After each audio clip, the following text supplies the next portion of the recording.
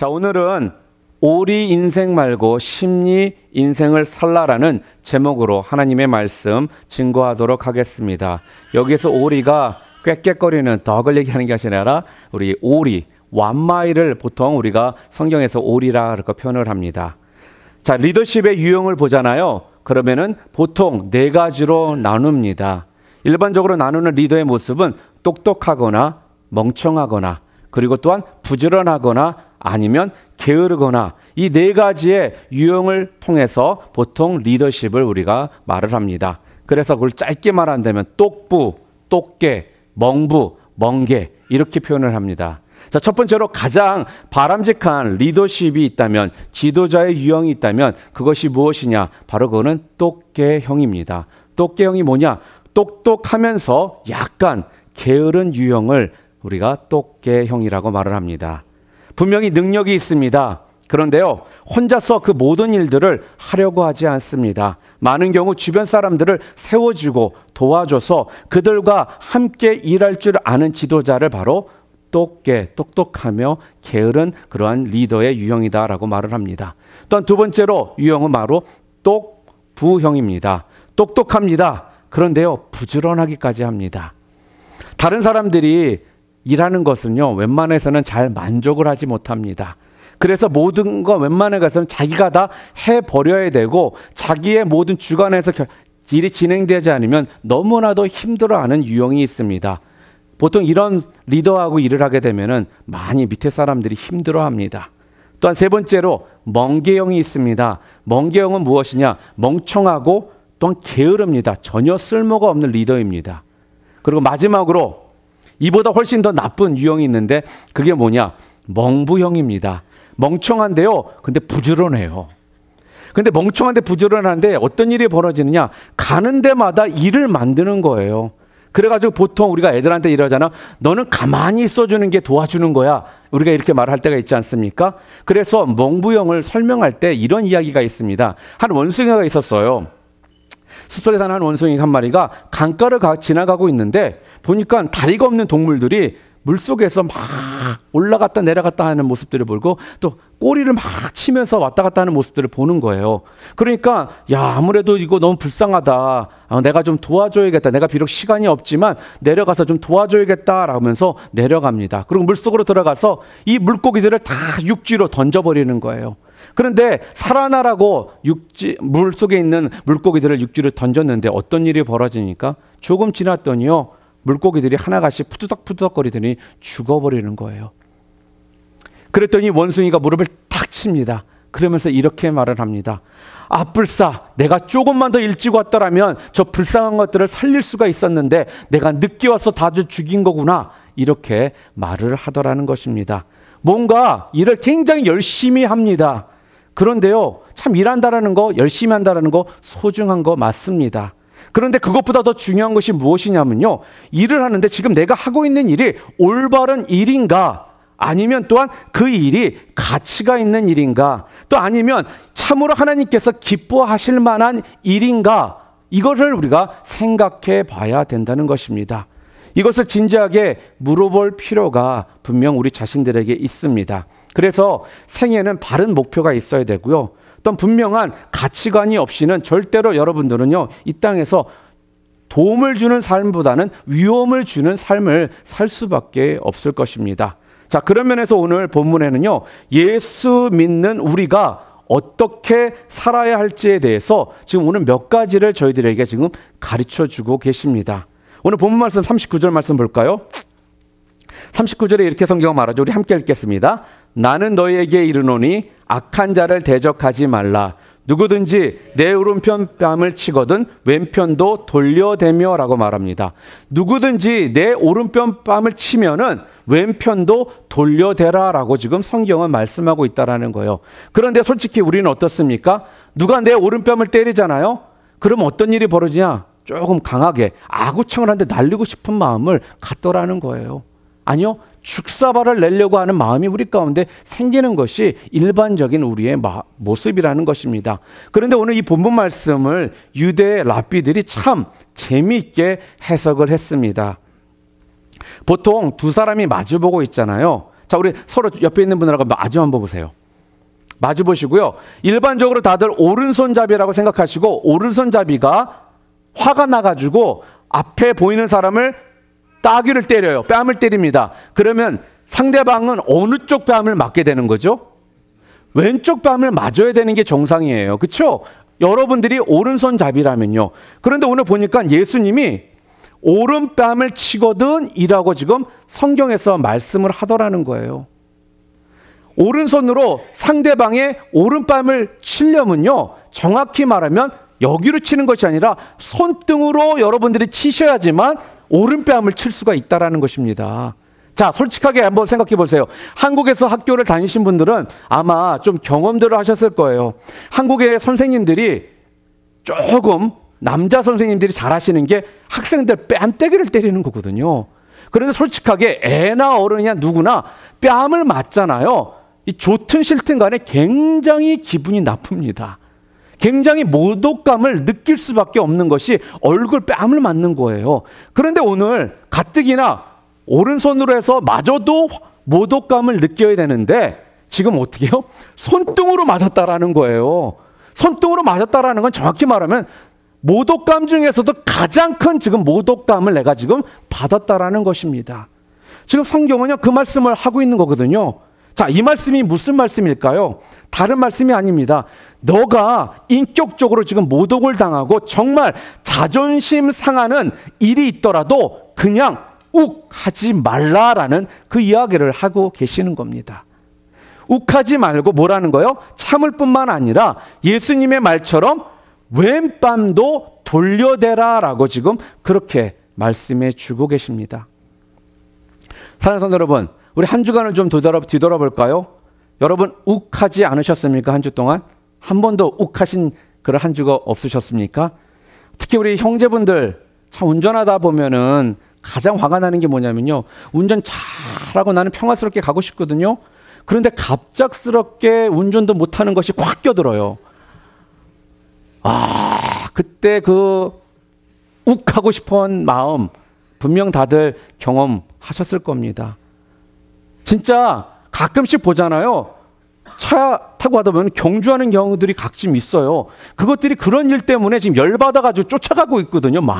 이런 경주하는 일들이 벌어진다라는 거예요. 또한 어떻습니까? 상대방이 별로 생각지도 않고, 보통 말을 던진 분들은 아무 생각 없이 던지거든요. 근데 그 아무 생각 없이 던진 사람의 그 한마디에 상대방은 맞아가지고 여기에서 속이 부글부글 끓거든요. 이러한 욱하고자 하는 이런 경험들 혹시 이번 한 주간 여러분들 경험하지 못하셨습니까? 예수님은 지금 우리에게 뭐라고 말씀하고 계시냐면요, 욱하지 말고 뭐래요? 참으래요.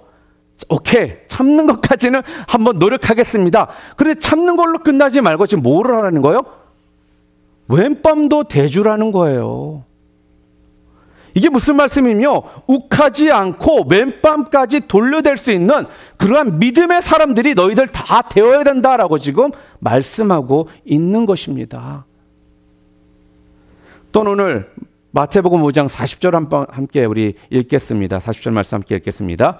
또 너를 고발하여 속옷을 가지고자 하는 자에게 겉옷까지도 가지게 하며라고 성경은 말합니다. 여기서 지금 너를 고발하여라고 말하는데, 이 말은요, 정확히 말한다면 재판정에서 지금 고소를 당해가지고 모든 것을 거의 다 빼앗긴 그런 상황을 말하는 거예요. 그래가지고 내가 속옷 한 벌밖에 없는 상황인데 그 속옷까지도 지금 어떻게 하겠다라는 거예요? 빼앗겠다라는 거예요. 너무하지 않겠습니까? 아니, 속옷까지도 빼앗아 버리겠다라는 이런 상황이라는 것입니다. 자, 그러니까 이게 무슨 말씀이냐? 우리가 우리의 최소한의 권리마저 빼앗길 위기의 상황에서 어떻게 해야겠느냐라는 그 질문을 지금 우리들에게 던져주고 계시는 겁니다. 자, 그렇다면 예수님이 뭐라고 오늘 성경을 말씀하셨습니까? 빼앗겠다고 하면은 다 빼앗겨 주라는 거예요. 저들이 빼앗겠다 한다면 네 속옷까지도 다 빼앗겨 주어라. 지금 그렇게 말씀하고 있습니다. 이 말씀은 너의 마지막 자존심까지도 너를 건드리는 일들이 있다라면은 그것까지도 참아주어야 된다라는 거예요. 그런데 우리는 많은 경우 내 자존심 건들잖아요. 그러면 확 뒤집힙니다. 애들도요, 확 뒤집혀요. 그래서 애들도 다를 때요, 애들 눈동자를 봐서 이게 뒤집히잖아요. 그럼 그때는 놔둬야 돼요. 근데 우리 부모들이 지혜롭지 못해가지고 그걸 더 열받아가면 같이 그러니까 애하고 부모가 대립관계가 형성되더라는 거예요. 제가 해봐서 지금 말씀드리는 거예요. 절대 아이가 뒤집히잖아요. 그럼 그때 놔둬야 된다라는 거예요. 지금 자존심이 이 아이도 지금 상했다라는 거거든요. 당시에 가난한 유대인들에게 겉옷은요, 의복이자 또한 그들의 이불이었습니다. 그래서 출애굽기 22장 26절의 말씀을 보게 되면요, 내가 만일 이웃의 옷을 전당 잡거든 해가 지기 전에 그에게 돌려보내라 라고 말씀을 합니다. 자, 왜 그럴까요? 그 이유가 바로 22장 27절에 나옵니다. 함께 읽겠습니다. 그것이 유일한 옷이라. 그것이 그의 알몸을 가릴 옷인즉 그가 무엇을 입고 자겠느냐. 그가 내게 부르짖으면 내가 들으니 나는 자비로운 자임이니라. 이렇게 말씀을 합니다. 자, 그런데 오늘 예수님은 그 마지막 겉옷마저도 내어놓아야 할 형편에 몰리면 흔쾌히 내어주어라 라고 지금 말씀하고 있다는 것입니다. 최소한의 권리가 분명 내게 있습니다. 그래도 마지막 남은 자존심은 그래도 우리 지켜야 되지 않을까요? 그런데요, 예수님께서는요, 그 남은 마지막 남은 그 자존심까지도 내려놓고 우리 모두 뭐라고 해요? 그냥 손해 보라는 겁니다. 얼마나 바보 같은 짓입니까? 그런데요, 그것이 예수를 닮는 길이고 또한 우리의 라이프 스타일이 되어야 된다라는 말씀입니다. 또한 세 번째로 오늘 본문 41절과 42절 말씀입니다. 오늘 좀 여기에 좀 더 집중해서 말씀을 드리려고 합니다. 우리 41절, 42절 우리 함께 말씀 읽었으면 좋겠습니다. 함께 읽겠습니다. 또 누구든지 너로 억지로 오리를 가게 하거든 그 사람과 심리를 동행하고 내게 구하는 자에게 주며 내게 꾸고자 하는 자에게 거절하지 말라. 41절에 지금 뭐라고 말씀하고 있습니까? 억지로라는 말이 이 시대적인 배경이 있습니다. 이게 무슨 말씀이냐면요, 그 당시에는요, 유대인들은 로마 제국의 압제 아래에 있었습니다. 그러다 보니까 로마법 가운데 이런 것이 있는데 뭐가 있냐면요, 로마의 군사나 또 로마의 시민이요, 지나가는 자기가 가지고 짐을 가지고 있는데 지나가는 사람을 보잖아요. 피식민지 사람이라면 누구든지 한 사람을 잡아다가 그 사람한테 그 짐을 대신 짊어주고 갈 수 있게 하는 법이 있었습니다. 그게 뭐냐면 한 1마일 정도, 오리 정도를 갈 수 있게 그런 법이 있었다라는 거예요. 여기서 1마일은 보통 한 마을에서 다음 마을까지의 그 거리를 말하는 거거든요. 그러니까 로마 군인이나 로마 사람들은요, 1마일을 간 다음에 또 그 마을에 도착하잖아요. 그러면 또 지나가는 사람 한 사람을 붙잡아가지고 그 사람한테 또 그 짐을 짊어지고 가게 할 수 있는 그런 법적으로 그들에게 할 수 있는 권리가 있었다라는 것입니다.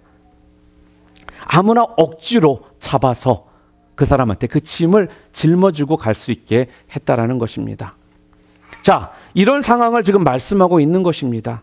이럴 때 지금 뭐라고 말씀하십니까? 너한테 짐을 맡기면 오리를 가자고 하면 너는 십리를 갈 수 있겠냐라는 거예요. 요즘 말로 1마일을 짐을 지고 가라고 했는데 너는 2마일을 더 갈 수 있겠느냐. 지금 그 이야기를 지금 주님께서는 우리들에게 하시고 있습니다.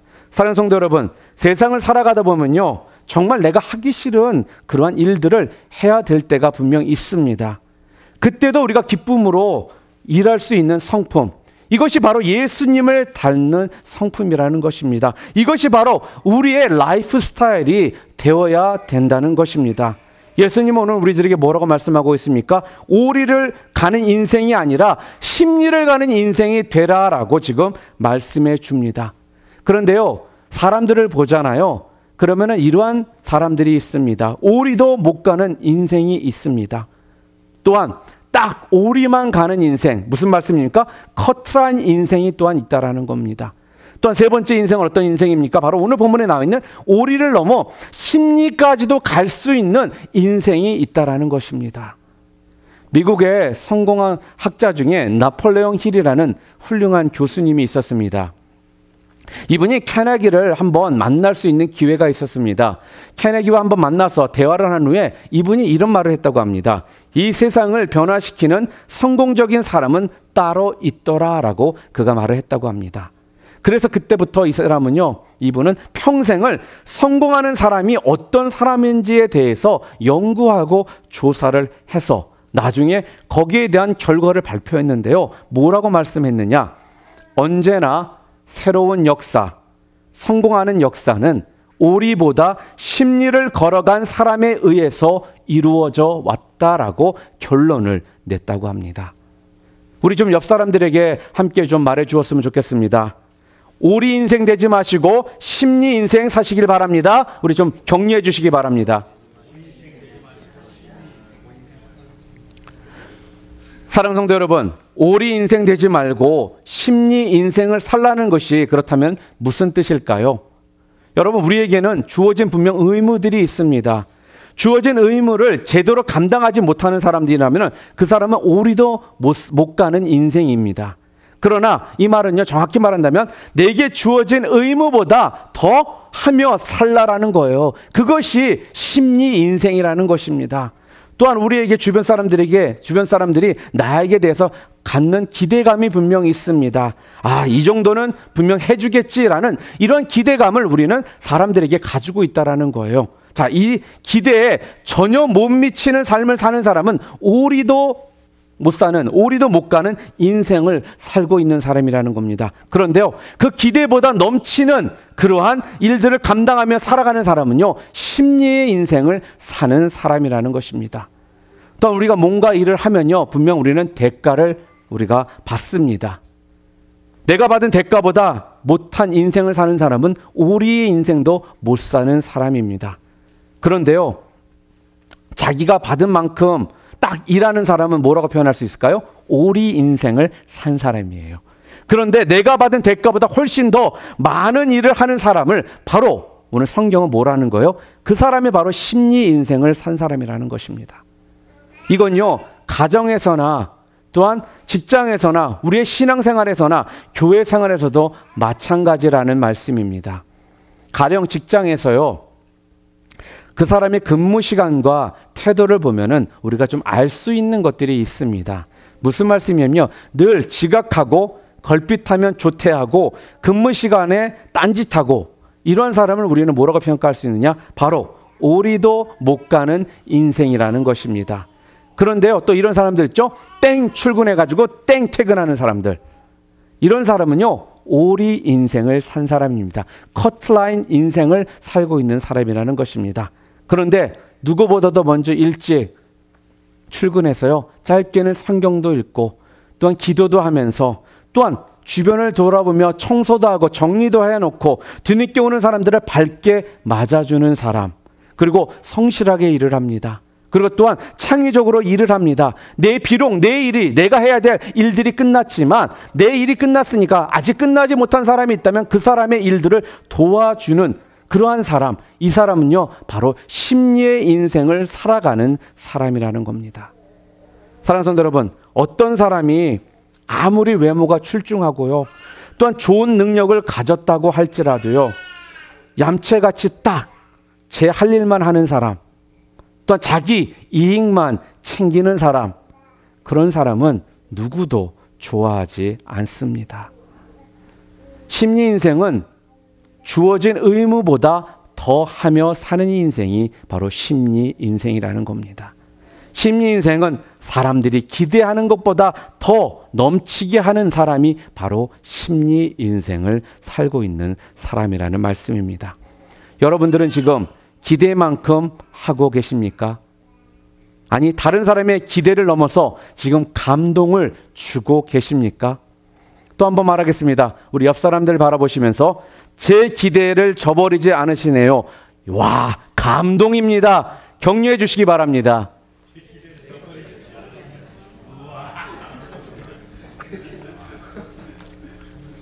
여러분, 하나님께 드리는 헌금, 여러분 어떻게 해야 할까요?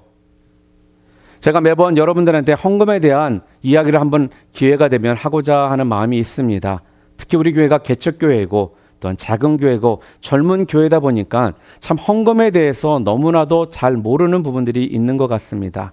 그러나 오늘 제가 헌금 얘기를 하려고 오늘 설교를 하는 것이 아니기 때문에 분명 여러분들에게 그 부분에 대해서 좀 제대로 성경적인 그러한 관점에서 여러분들에게 좀 설명을 할 기회가 올 것입니다. 자, 간단하게 좀 오늘도 또 이 부분에 대해서 얘기를 좀 하겠습니다. 여러분이 한 달에 받는 봉급이 한 2,700불 정도를 받는다고 한번 우리 예를 들어 보겠습니다. 여러분이 한 2,700불을 받았습니다. 그러면 2,700불의 10분의 1은 얼마죠? 270불입니다. 자, 270불은요, 어떻게 보면 하나님께서 정해놓으신 우리에게 주신 의무라는 것입니다.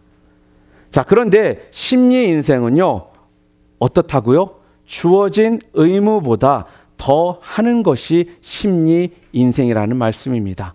비록 한 달에 내가 2,700불을 법니다. 그리고 한 달에 2,700불의 11조는 270불입니다. 자, 그런데 꼭 270불 하는 거 괜찮습니다. 그런데요, 주어진 의무보다 좀 더 나아가는 인생이 되자는 거예요. 비록 한 달에 내가 2,700불의 수입을 얻는 사람이지만 내 손에 들어오는 돈이 2,700불이지만 꼭 그렇게 계산해서 11조를 할 필요는 없다라는 것입니다. 왜요? 그걸 조금이라도 올려서 조금이라도 더 내 의무보다 더 하고자 하는 마음을 갖는 것이 그것이 진정 우리의 신앙의 심리를 가는 인생의 모습이기 때문에 그렇습니다. 또 헌금에는요, 11조와 주일헌금만 있는 게 아니거든요. 11조 주일헌금 외에도요, 감사헌금도 있고요, 구제헌금도 있고요, 성경금도 있습니다. 감사헌금에는 참 종류가 많아요. 생일 감사헌금도 있을 수 있고요, 신년 감사헌금도 있을 수 있고요, 절기 감사헌금도 참 많거든요. 그런데 평생을 살면서 그거에 대해서 제대로 한번 생각하지 못하고 우리가 산다라면은 여러분은 맞습니다. 오리 인생은 분명 사실 수는 있습니다. 그러나 그 모습은 절대로 심리 인생을 사는 사람들은 아니라는 말씀입니다. 그런데 성경은요, 지금 예수님은요, 믿는 사람이라면 오리 인생 살지 말고 심리 인생을 살라라고 지금 우리들에게 지금 말씀해 주고 있다라는 것입니다. 그럴 때 우리 주님께서 우리를 바라보면요, 얼마나 이뻐 보이겠습니까? 또한 송구영치 때 제가 여러분들에게 도전을 좀 드렸습니다. 올 한 해 2015년도 시작하시면서 성경 일독을 좀 하시라고. 그래가지고 구약이 몇 장이고 신약이 몇 장인지 분명 제가 말씀드렸거든요. 자, 그 중에서 전체 1년 동안 일독 자신 없는 분들은 그럼 구약을 못하고 신약이라도, 신약은 한 260장 정도밖에 되질 않습니다.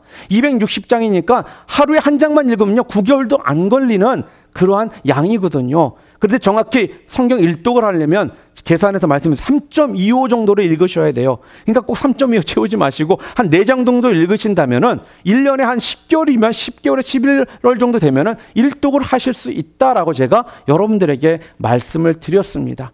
그것이 2015년도를 도약하면서 여러분들이 좀 하셨으면 하는 제가 영적 리더로서 여러분들에게 부탁드렸던 말씀이라는 것입니다. 그런데 교회에서 이런 말씀을 드려도 목사님은 말하시오, 나는 모르겠소 라면서 끝까지 움직이지도 않고 성경책 한번 펴보지도 않는 인생은요, 오리도 못 산 인생이라는 것입니다. 그런데 최소한 목사님 솔직하게 제가 1년 동안 전체를 다 읽을 자신은 없지만 그래도 최소한 신약 260장밖에 안 되니까 제가 한번 도전해 보겠습니다라고 260장 되는 신약이라도 읽기 시작하는 분들은 오리 인생을 사시는 분이에요. 그러나 목사님, 기왕이면 1년 동안 제가 일독에 도전해 보겠습니다 라면서 1년간 성경 말씀을 읽겠다라는 분들이 바로 어떤 분들이 있냐? 바로 그런 분들이 심리 인생을 사는 사람이라는 것입니다.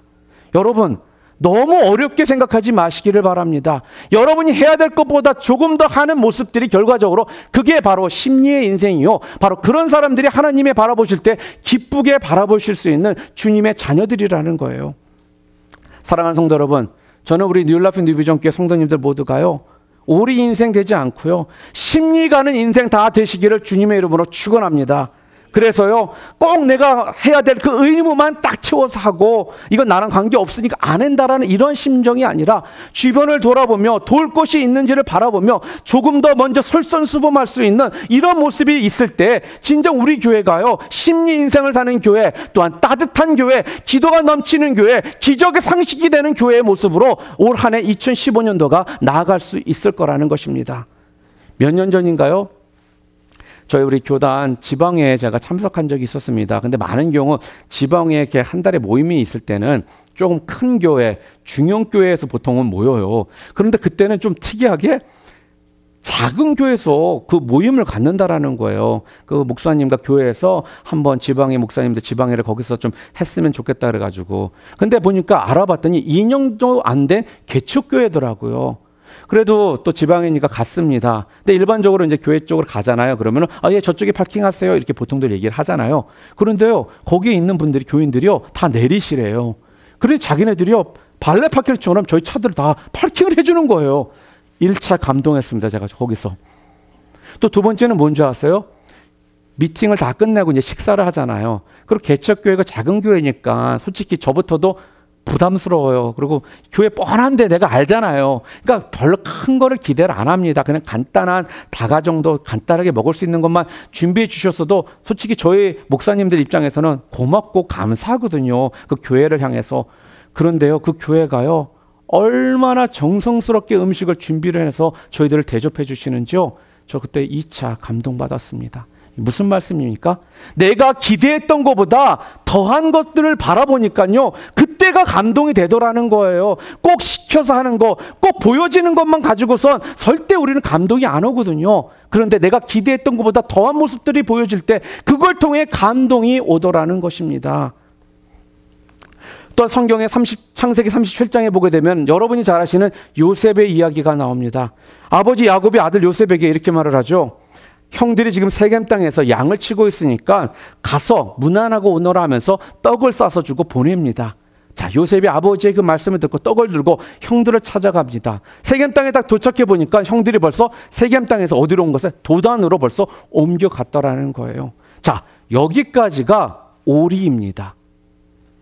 그냥 집으로 돌아왔어요. 아버지 야곱에게 아버지 세겜에 갔더니 형들을 잘 있고 형들은 딴 데로 갔습니다 라고 해도 뭐 특별히 요셉을 우리가 나무랄 일이 없습니다. 그런데요, 오늘 그 창세기를 보게 되면은 요셉은 어떻습니까? 자기에게 주어진 의무보다 더 멀리 가더라는 거예요. 더 멀리 가서 형들이 갔던 그 도단 땅까지 가가지고 형들한테 인사를 드리더라는 거예요. 그랬는데 어떤 일이 벌어집니까? 형들에 의해서 종으로 팔리는 이런 일이 그날 거기서 벌어지더라는 겁니다. 종으로, 애굽으로 종이 돼서 팔려가는 요셉. 그 다음에 어떤 일이 벌어집니까? 그 인생은요, 보디발 장군이라는 그 사람의 집에서 이제 종으로서 삶을 삽니다. 그런데요, 종이면 시키는 것만 딱딱 해도 될 텐데 요셉은요, 주인이 시키는 것보다 더 열심히 성실히 일을 하더라는 거예요. 그걸 보고선 어떤 일이 벌어집니까? 보디발 장군이 그 집에서 그를 가장 높은 위치에 세워놓더라는 겁니다. 주인이 시키는 것보다 더 하는 것, 더 성실하게 했던 그 모습, 그것이 바로 뭐예요? 심리의 인생을 사는 모습이라는 겁니다. 또 어떤 일이 벌어집니까? 감옥에 갇히지 않습니까? 감옥에 갇혔어요. 참 어떻게 보면 저 억울합니다. 저 죄진 것도 없는데 미세스 보들발드가 나를 꼬셔가지고 이런 일이 벌어졌는데 이렇게 따질 수 있잖아요. 충분히. 그런데요, 따지지 않습니다. 억울하다고 하지 않습니다. 그곳에서요, 다른 사람들을 도와주며 섬기며 심리의 인생을 또 살더라는 거예요. 요셉이 심리의 인생을 거기서 살았더니 어떤 일이 벌어집니까? 바로 술 맡은 관원장의 추천에 의해서 애굽의 총리가 되는 놀라운 역사가 일어나더라는 것입니다. 여러분, 인생을 살다 보면요, 주변의 한 사람의 추천 때문에 여러분의 인생이 완전히 전환점을 맞이할 수 있는 상황들이 분명 옵니다. 또한 상사의 한 장의 추천장 때문에 그 인생이 달라지는 사람도 분명 있다라는 겁니다. 내 동료나 또한 친구들의 그 한마디 좋은 평가 때문에 내 인생의 방향이 달라지는 경우 많이 있다라는 것입니다. 그런데 사람들은 누구를 추천할까요? 오리도 못 가는 사람이 아니라 늘 심리를 가는 사람을 사람들은 눈여겨보았다가 그 사람을 추천한다는 것입니다. 미국에서 아직까지도 가장 존경받는 기업가 중에 한 사람이 누구냐면요, 여러분이 잘 아시는 존 록펠러라는 사람입니다. 존 록펠러가 처음부터 부자가 아니었습니다. 이 사람은 평범한 회계원이었습니다. 회계사였습니다. 어느 날 교회에 가서 기도를 하다가 큰 하나님의 그러한 음성을 듣고 석유 사업을 하면 영광 돌릴 수 있겠다라는 그러한 감동을 받아서 그때부터 석유 산업에 대한 관심을 갖기 시작을 합니다. 근데 석유 산업을 하려면 어떻게 해야 돼요? 유전을 매입해야 되는데 아니 회계원이 무슨 돈이 있겠습니까? 돈이 없으니까 다니면서 주변 사람들에게 자기 비전을 얘기를 합니다. 그리고 자기가 앞으로 어떻게 나아갈지 계획에 대해서 사람들에게 말을 하기 시작합니다. 그랬더니요, 록펠러를 아는 수많은 사람들이요, 작은 돈, 큰 돈들을 그에게 투자해 주기 시작하더라는 거예요. 이 당시에 솔직하게 말해서 석유 산업은요, 전혀 전망이 없었던 그러한 사업이었습니다. 그런데 투자했던 사람들에게 물어봤습니다. 도대체 전망도 없는 이러한 석유 산업에 왜 여러분들은 투자를 하셨습니까? 라고 했더니 그 사람들이 뭐라고 말하냐, 한결같이 똑같은 대답을 했다고 합니다. 저는요, 전망 때문에 투자한 것이 아니라 바로 록펠러에게 나는 투자를 한 것입니다. 저는 록펠러라는 사람의 그 신실함과 정직함과 또한 창의적인 그 아이디어를 믿고 있습니다. 그래서 저는 록펠러를 보고 투자를 했습니다. 그와 함께 일하게 된 것이 저는 너무나도 기쁩니다라고 그렇게 말들을 했다라고 합니다. 사랑하는 성도 여러분, 이처럼 심리 인생들에겐요, 예상치 못했던 놀라운 보상과 축복이 분명 따라옵니다. 창세기 24장에 보게 되면요, 이삭이 리브가를 아내로 또한 맞이하는 장면이 나옵니다. 그때 아브라함의 종이 우물에서 내가 목이 좀 마르니 물을 좀 달라라고 말을 했습니다. 그랬더니 리브가가 물을 그 종에게 주는 것뿐만 아니라 당신의 그러한 낙타에게도 물을 마시게 해 주도록 하겠습니다라고 말을 하더라는 거예요. 그러면서 낙타에게도 물을 주더라는 거예요. 무슨 말씀입니까? 기대하는 것보다 더 친절을 베푼 심리 인생을 리브가는 지금 살고 있더라는 것입니다. 그래서 어떤 결과를 맞습니까? 바로 나중에 이삭의 아내가 되는 그러한 위치에 서게 되더라는 것입니다. 혹시 우리 가운데 이렇게 말하고 싶은 분들이 아마 있을 수도 있습니다. 목사님, 100리를 가도요, 함께 가고 싶은 사람이 있고요, 한 걸음을 가도 함께 가고 싶지 않은 사람들이 있는데요. 또한 아무리 힘들어도 평생 하고 싶은 일이 있는 거고요, 한 번을 하더라도 절대로 하고 싶지 않은 일들이 있습니다 라고 말씀을 하시는 분들이 분명히 있을 수 있습니다. 그러나 여러분 기억하시기 바랍니다. 오늘 본문은요, 누구든지 억지로 오리를 가게 하거든 이라고 지금 말씀하고 있다라는 거예요. 억지로. 자, 신앙생활은 여러분 느낌이 아닙니다. 신앙생활은요, 의지요, 결단이라는 거예요. 사람들 중에는요, 사랑을 그냥 느낌으로, 감정만으로 하겠다라는 분들이 있습니다. 그러나 아니라는 것입니다. 사랑은요, 결심이요, 또한 끝까지 사랑하겠다라는 결단이 필요한 것입니다. 시작은요, 분명 맞습니다. 느낌에서부터 여러분 출발하실 수 있어요. 그러나 지속은 절대로 느낌 가지고만 지속되지가 않더라는 거예요. 지속되기 위해선 여러분들이 어떻게 해요? 의지로 해야 된다는 말씀입니다. 오늘 마태복음 5장 41절 다시 한번 함께 읽었으면 좋겠습니다. 또 누구든지 너로 억지로 오리를 가게 하거든 그 사람과 심리를 동행하고, 여기서 누구든지 억지로 오리를 가게 하거든, 그 다음에 생략된 말이 있습니다. 무엇일까요? 그것은 다른 것이 아니라 기꺼이, 기쁨으로라는 말입니다. 누가 너에게 짐을 지어 억지로 오리를 가게 하거든 가자고 해도 어떻게 해요? 기꺼이 심리를 동행하라. 기꺼이 기쁨으로 그 사람과 심리를 가라. 그런 의미라는 것입니다.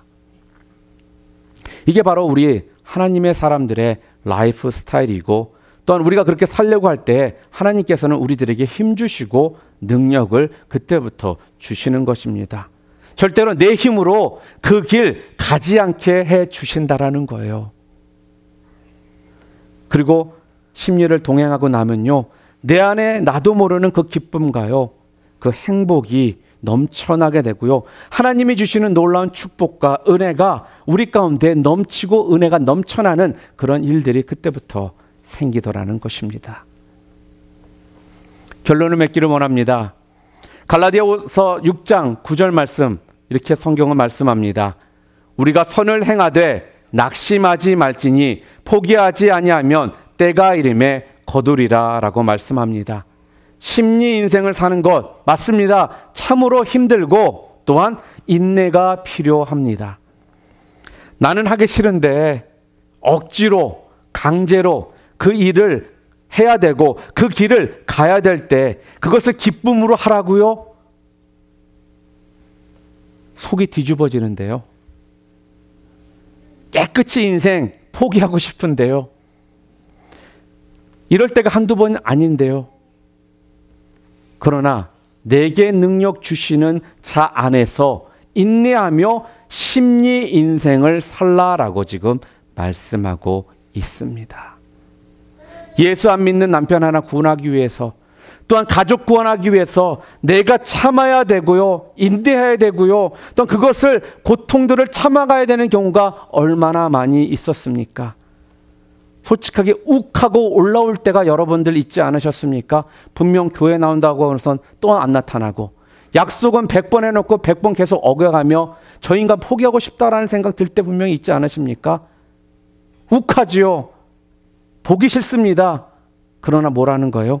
내 자존심 다 꺾고 내 자존심 다 내려놓고 내가 하는 것이 아니라 나에게 능력 주시는 하나님이 동행하심을 믿고 나아갈 때, 그때 어떻게 해요? 우리가 웃을 수 있는 것이고요, 참을 수 있는 것이고요, 인내하며 할 수가 있게 된다라는 것입니다.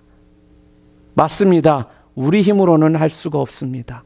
그러기에 그 힘 주시는, 능력 주시는 하나님을 우리가 믿어야 되는 것이고 의지해야 된다는 것입니다.